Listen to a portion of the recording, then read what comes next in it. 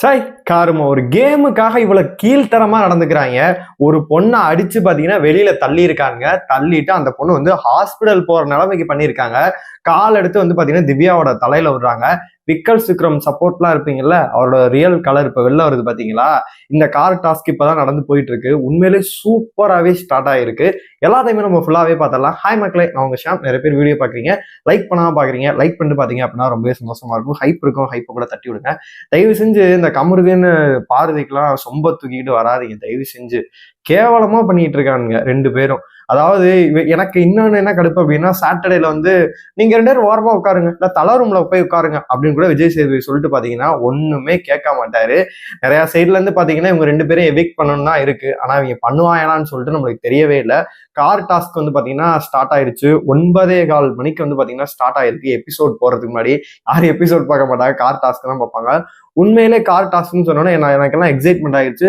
Start ஆனோடனே பாத்தீங்கன்னா எல்லாம் வந்து தட ஆட்டு மந்த மாதிரி திடு ஓடி ஏறுறாங்க. வினோத், கமருதீன் இவங்க தான் பாத்தீங்கன்னா ஃபர்ஸ்ட் ஏறி உட்காந்தாங்க. பார்வதியா இருக்கட்டும், கமருதீனா இருக்கட்டும் பின்னாடி போயிட்டு செட்டில்ட் ஆயிட்டு ரெண்டு பேருமே உட்காந்துட்டாங்க. ஆனா முன்னாடி பாத்தீங்கன்னா திவ்யா வந்து டிரைவர் சீட் உட்காந்துருக்காரு. அவங்களுக்கு மேல யாரோ உட்காந்துருக்காங்க. இங்கிட்டு சபரி அண்ட் வினோத் இருக்காரு. சாண்ட்ரா ஒரு சைடு பாத்தீங்கன்னா செட்டில்டா தான் உட்காந்துருக்காங்க. அது பக்கத்துல சுபிக்ஷா இருக்காங்க. அது பின்னாடிதான் ஓரளவு ஓவர்லோடாவே இருக்கு. நான் பார்க்கும்போது சாண்ட்ரா செட்டில்டா உட்காந்துருக்க மாதிரி தான் இருக்கு. பின்னாடி வந்து பார்க்கும்போது ஓரளவு நம்மளுக்கு லைட்டா தெரிஞ்சதே இதாதான் இருக்கு. சாண்ட்ரா இறங்கியிருக்க வாய்ப்பே இல்லை. இவனுங்க தள்ளி இருக்கானுங்க. சாண்ட்ராவை ட்ரிகர் கேம் பண்ணியிருக்கானுங்க. இந்த ஓப்பன் ஸ்டார்ட் ஆனோடனே எங்க எப்போதும் வளைஞ்சு கொடுக்காத பார்வை எங்க காணோம், எல்லா ஆள் இருக்கீங்களா அப்படின்ற மாதிரி பிக் பாஸ் கலாய்க்க ஆரம்பிச்சிடுறாரு. சபரி கூட சொல்றாரு, மதியானம் சாண்ட்ரா ஒரு உருளைக்கிழங்கு இது வச்சாங்க அப்படின்னு சொல்லிட்டு செம்ம ஃபன்னா ஆரம்பிக்குது. இதை வேற மாதிரி ஃபன்னா கொண்டு போயிருந்திருக்கலாம். ஆனா இவனுங்க ஒண்ணு கையில் எடுத்தது என்ன தெரியுமா? கெட்ட வார்த்தை பேசுறது, அபியூஸ்டு வேஸ்ட் வேர்ட்ஸ் வந்து பேசுறது. இந்த மாதிரி என்னென்ன கையில் எடுக்கணுமோ எல்லாத்தையும் வந்து கையில் எடுத்து நம்மளை பொறுத்த வரைக்கும் இந்த டாஸ்க்ல ஜெயிக்கணும், அதுக்கான எந்த எக்ஸ்ட்ரீம் எல்லைக்கு வேணா இறங்குவோம் அப்படின்னு சொல்லிட்டு தான் பண்ணியிருக்கானுங்க. இந்த நேத்தே நான் வந்து வீடியோ நைட்டு 1:30 மணிக்கு உங்களுக்கு அப்டேட் பண்ணேன். காலையில தான் எல்லாம் வந்து கடையை திறந்து ஐயோ சாண்ட்ரா ஹாஸ்பிட்டலா, ஐயோ சாண்ட்ராக்குதான்னு சொல்லிட்டு காலைல போட்டாங்க. நைட்டு 1:30 மணிக்கு நான் தகவல் கிடைச்சோன்னே உங்களுக்கு வந்து சொன்னேன். நிறைய பேர் ட்ரூவா இருக்குமா ப்ரோ, ட்ரூவா இருக்குமான்னு சொன்னேன். இப்போ உங்களுக்கு புரியுதா? நான் 99% எதுக்கு சொல்றேன் அப்படின்னா, நான் உண்மையான நியூஸை மட்டும்தான் உங்கள்கிட்ட கொண்டு வந்து சேர்ப்பேன். பொய்யான இது பண்ணி வியூஸ் போகுது அதெல்லாம் நான் பார்க்கவே மாட்டேன். அதெல்லாம் வந்து உண்மையான நியூஸை மட்டும்தான் இது பண்ணேன். நேற்று நைட்டே வந்து பாத்தீங்கன்னா லைவ் அது நடந்துட்டு இருக்கும் போதே நம்மளுக்கு அப்டேட் வர ஆரம்பிச்சிருச்சு. இந்த மாதிரி கமருதீன் வந்து வேர்ட்ஸை விடுறான், போடி வாடி நீ எல்லாம் ஒரு பொம்பளை அந்த மாதிரிலாம் விடுறாரு. அதுக்கப்புறமேட்டு திவ்யா வந்து பாத்தீங்கன்னா திவ்யாவுக்கும் பார்வதிக்கும் ஒரு ஃபைட் போகுது. ஒரு பெரிய கயாசா நடக்குது, மிகப்பெரிய ஒரு சண்டையா நடக்குது இந்த கார் டாஸ்க்கு. லிட்ரலி இந்த டாஸ்க்ல வந்து பாத்தீங்கன்னா ஜெயிச்சிருக்க வேண்டியது என்னைய பொறுத்தளவு சாண்ட்ராவா இருக்கட்டும். அதுக்கப்புறமேட்டு பாத்தீங்கன்னா இப்போ சுபிக்ஷா ஜெயிச்சான்னு சொல்றாங்க. ஆனா என்னைய பொறுத்தளவு டஃப் ஃபைட் கொடுத்து இவங்க ட்ரிகரிங் கேம் இல்லாம இருந்தா கண்டிப்பா நிறைய பேர் ஜெயிச்சிருந்திருக்கலாம். அதை சொல்ல விரும்பல. உங்களோட கருத்துக்களை வந்து கமெண்ட் பாக்ஸ் சொல்லுங்க.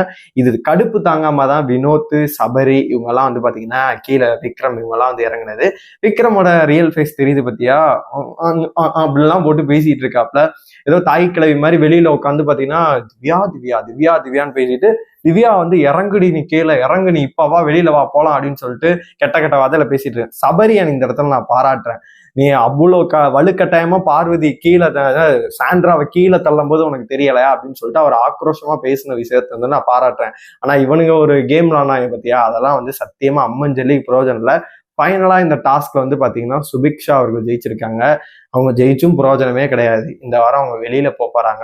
எதுக்கு பேசாம பருத்தி மூட்டை குடோன்ல இருந்திருக்கலாம் பாரு. அவங்க ஜெயிச்சுமே பிரயோஜனமே கிடையாது. என்னை பொறுத்தளவு கமருதீன் அண்ட் பார்வதிக்கு வந்து ரெட் கார்டு கொடுக்கணும் அப்படின்னு சொல்லிட்டு முன்ன விட இப்போ குரல்கள் பாத்தீங்கன்னா ரொம்பவே வந்து அதிகமாவே இருக்கு அப்படின்னு சொல்லலாம். இவனுக்கு கொடுப்பானுங்களா அப்படின்னு கேட்டா இப்போ வரைக்கும் வந்து அன்அபிஷியல்லையும் சரி அபிஷியல் ஓட்டிங்லயும் வந்து பாத்தீங்கன்னா டாப் 5 தான் வந்து பாத்தீங்கன்னா இருக்காங்க பார்வதி அண்ட் கமருதீன். வினோத்துக்கா இருக்கட்டும், திவ்யாக்கா இருக்கட்டும், மக்கள் சப்போர்ட் வேற மாதிரி இருக்கு. லேக் கணக்குல வந்து பாத்தீங்கன்னா மக்கள் வந்து ஓட்டுகள் போட்டு தள்ளிட்டு இருக்காங்க. அதனால அவங்க ரெண்டு பேரும் டிசர்வ் பிளேயரா வந்து பாத்தீங்கன்னா ஃபைனல் போறல எந்த ஒரு பிரச்சனையுமே இல்லை. பரவரா டிடிஎஃப் வின் பண்ணிட்டாங்க. இவங்க 3 பேர் போகலாம். இந்த பார்வதி அண்ட் கமருதீன் இவங்க 2 பேரையும் மட்டும் எவிக்டோ இல்லை ஏதோ ஒன்று அன்ஃபேர் எவிக்ஷன் சொல்லுவீங்களா, இல்லை ரெட் கார்டோ ஏதோ ஒரு கருமத்தை கொடுத்து பண்ணீங்க அப்படின்னா ரொம்பவே நல்லா இருக்கும். ஆனா இவனுக்கு பண்ணுவானுங்களா அப்படின்னு கேட்டா அதுதான் கிடையாது.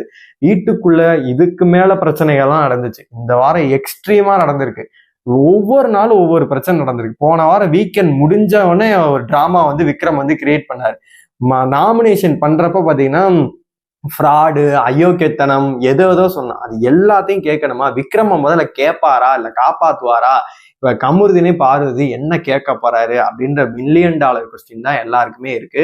ஃபைனலா இந்த டாஸ்க்ல வந்து பாத்தீங்கன்னா சுபிக்ஷா அவர்கள் ஜெயிச்சிருக்காங்க. ஃபர்ஸ்டா வந்து பாத்தீங்கன்னா சாண்ட்ராவா இருக்கட்டும், சபரி அண்ட் வினோத் நிறைய பேர் வந்து பாத்தீங்கன்னா ஃபர்ஸ்டே இறங்கிட்டாங்க.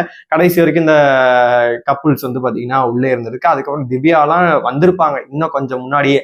ஆனா இவங்க வந்து பாத்தீங்கன்னா ட்ரிகரிங் கேம் பண்ணி பாத்தீங்கன்னா எல்லாத்தையுமே வெளியில தள்ளியிருக்காங்க. ஃபைனலி வந்து இந்த டிடிஎஃப் ஓட வின்னர் வந்து பாத்தீங்கன்னா அரோரா வந்து வின் பண்ணியிருக்காங்க. இவங்க பார்வதிக்கு ட்ரை பண்ணானுங்களோ அப்படின்ற டவுட் எனக்கு நேற்று வரைக்கும் இருந்துகிட்டே இருந்துச்சு. ஏன்னா அவங்களுக்கு ஏத்த மாதிரி டாஸ்காவே இருக்கு. எல்லாமே வந்து அவங்களுக்கு வந்து ஒரு ஃபேவரிசம் மாதிரி பண்ற மாதிரி இருந்துச்சு. ஒரு ஃபாரு ஃபைனல் கூட்டிட்டு வரணும், ஃபாருக்கு வந்து டைட்டில் கொடுக்கணும், கமருதீனுக்கு வந்து, ஏன்னா கமருதீனுக்கு பிக் பாஸ் ரொம்ப சப்போர்ட் பண்ணுவாரு. கமருதீன் உருண்டை பிடிச்சு தின்னுங்க, காய்ச்ச வருது அவங்களுக்கு அப்படின்ற மாதிரி. சுபிக்ஷா கெஞ்சும், பிக் பாஸ் என்கிட்ட பேசுங்க, பிக் பாஸ் பேசுங்கன்னு சொல்லிட்டு. அதெல்லாம் கண்டுக்கவே மாட்டாரு. அதனால மேபி இருக்கலாமோ அப்படின்ற மாதிரிதான் எனக்குமே தோணுது. அதனால உங்களை பொறுத்தளவு இந்த டிடிஎஃப் வின்னர் பாத்தீங்கன்னா அரோரா ஜெயிச்சிருக்காங்க. சுபிக்ஷா வந்து இந்த கார் டாஸ்க்ல வந்து ஜெயிச்சிருக்காங்க. கமருதீன் அண்ட் பாத்தீங்கன்னா பார்வதி, இவங்க 2 பேரும் என்ன பண்ணலாம்? உங்களோட கருத்துக்கள் எல்லாத்தையுமே மறக்காம கமெண்ட் பாக்ஸ்ல